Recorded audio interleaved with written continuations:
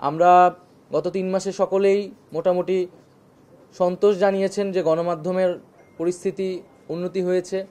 তারা অবাধে এবং বস্তুনিষ্ঠভাবেই সংবাদ পরিবেশন করতে পারছেন, যেটা বিগত সময়ে বিগত ফ্যাসিস্ট আমলে যে ধরনের নিয়ন্ত্রিত একটা গণমাধ্যম ব্যবস্থা ছিল এবং নানা সংস্থা থেকে নানাভাবে তাদেরকে ফোন দেওয়া হতো, হেনস্থা করা হতো, সংবাদগুলোকে পক্ষপাতিত্ব করা হতো, সেই জিনিসগুলা আমরা এই অন্তর্বর্তীকালীন সরকারে সেই জিনিসগুলা হবে না সেটা প্রথমেই আমরা প্রতিশ্রুতি দিয়েছিলাম।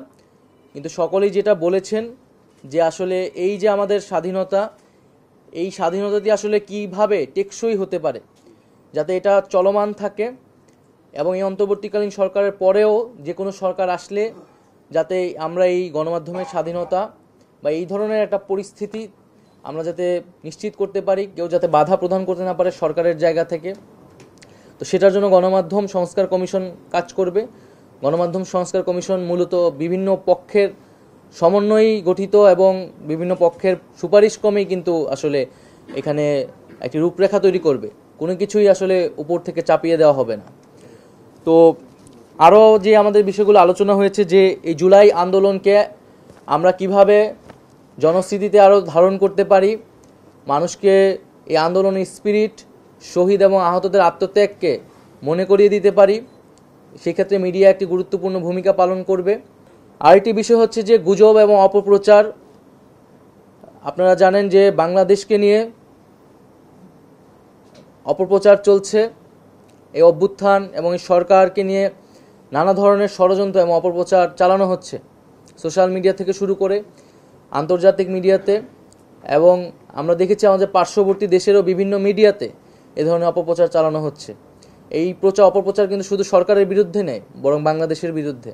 তাই এই অপপ্রচারকে কাউন্টার দেওয়ার জন্য বাংলাদেশকে নিয়ে যেই অপপ্রচার হচ্ছে এবং প্রকৃত সত্যটাকে তুলে ধরার জন্য আমাদের কিন্তু সরকার সহ গণমাধ্যমের সংশ্লিষ্ট সকলকে ঐক্যবদ্ধভাবে আসলে কাজ করতে হবে।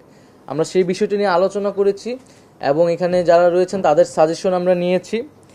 এবং আরেকটি বিষয় যেটা হচ্ছে যে জুলাই আন্দোলনে যারা অনেক সাংবাদিক আমাদের ছাত্র জনতার পক্ষে কাজ করেছেন, তাদের নিরাপত্তার বিষয়, তাদেরকে যাতে কোথাও হেনস্থা না করা হয় সেই বিষয়টির জন্য সেই বিষয়টি আমরা আহ্বান জানিয়েছি।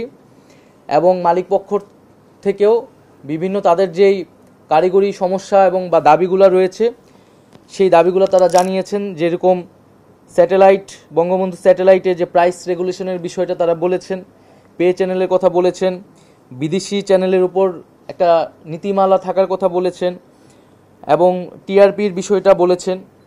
তো এই বিষয়গুলো আমরা তাদের সাথে আবারও বসবো বিস্তারিতভাবে এবং বিষয়গুলো আমরা যেটা যৌক্তিকভাবে সমাধান করার চেষ্টা করব। তো আজকে মূলত আমরা বসা হয়েছে এই গত 3 মাসের একটা সারমর্ম এবং বিগত রেজিমে আসলে তারা যে নানাভাবে সাংবাদিকরা নির্যাতিত হয়েছে, তাদের স্বাধীনতা হস্তক্ষেপ করা হয়েছে, সেই কথাগুলো তারা বলেছেন।